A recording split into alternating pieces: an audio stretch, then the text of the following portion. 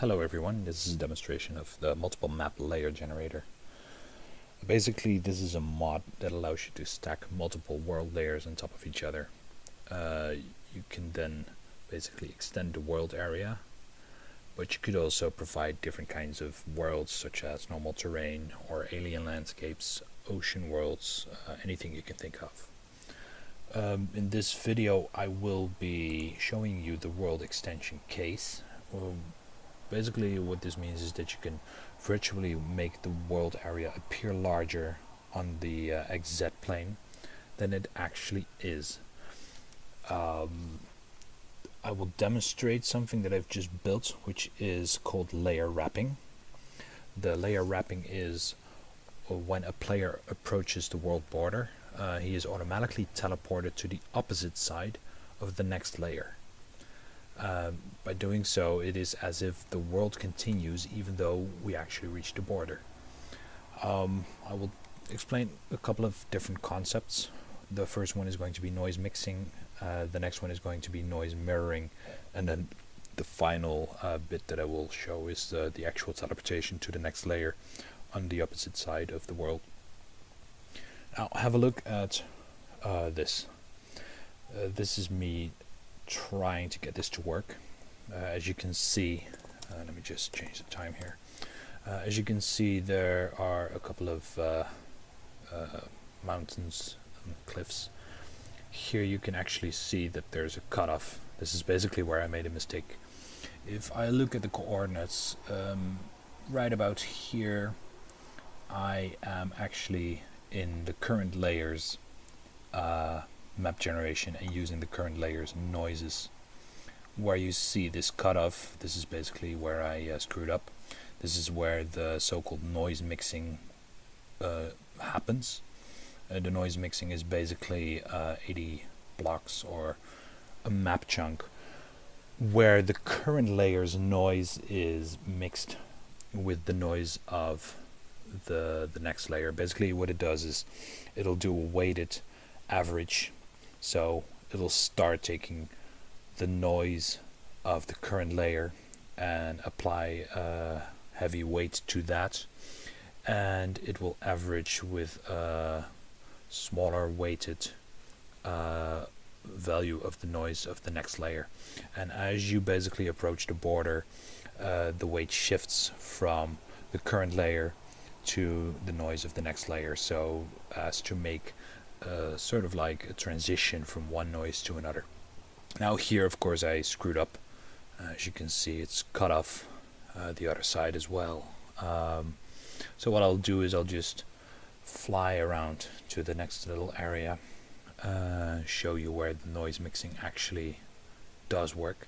Here you can actually see the cutoff of the map chunk, and in this part you can actually see that the noise mixing, I fixed it here, and you can actually see that it starts to mix very nicely. So on this side we have the noise of layer 19, and now we are basically in a noise mixing area where the noise of layer 19 is being mixed with the noise of layer 20. And let's move around a bit more. This cutoff, what you see here, the one that I screwed up, here it does work properly, and this is actually what I call noise mirroring.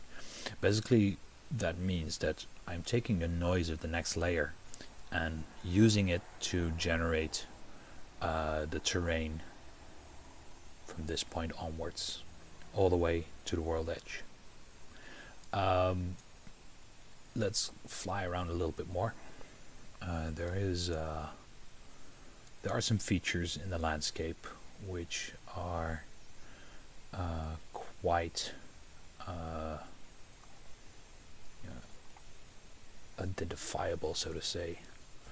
You can see the little bump here, and you see a couple of peaks over here. So that's going to be our reference point when we are going to approach the world border, where I will actually demonstrate the layer wrapping happening. So let's disable all these and let's start walking.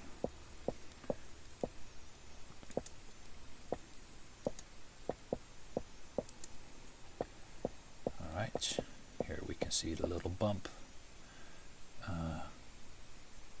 Remember this little group of peaks that we see there? Now when I approach around 30,840, we're almost at the point where the teleportation will happen. So I would just like you to have a look at the top left of the screen where you see the debug info and showing you the position, which is 30,840. We are at Y is 314. Now these two numbers are quite important. You need to keep a close eye on those as soon as we're being teleported. So remember, positive 30,000 and we are at around 314 in absolute coordinates. If you look at the bottom right, you see basically the coordinates applied by the multi-map framework. It shows you that we're in zone 19, which basically is layer number 19. It shows you coordinates which are relative to the current layer. So the X coordinates are the same, but the Y coordinates we are 26 nodes above the center of this current layer. Now I will slowly walk towards 30,847, and at that point we will be automatically teleported to layer number 20 or zone number 20. And like I said, keep an eye on these features, this little bump that we're walking towards, and keep a close eye on the coordinates in the top left of the screen, the 30,840 and the 314 Y. Walking slowly, almost there. If I move to the next block, we'll be teleported. There we are. Did you notice that the little bump is here? And notice this feature here. That looks familiar, doesn't it? So what happens here is we automatically wrapped to the next layer, layer number 20. Have a look at the bottom right. It shows you there, zone 20. The coordinates are minus 30,753. We're still above 26 above the center point, and have a look at the top left where it shows you minus 30,752. So we're now all of a sudden on the opposite side. It shows you the Y being 1914. All of a sudden we're a lot higher. So basically we've been teleported one layer up and to the opposite side of the world.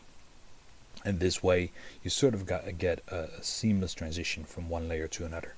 This is what I call the layer wrapping.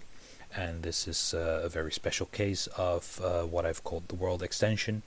This will basically make it virtually appear as if the world is much, much larger than the current limitations of Minetest, even though it is done in a hacky way, of course. So that's it. That's the demonstration of the multiple map layer generator and the world extension case. Thank you for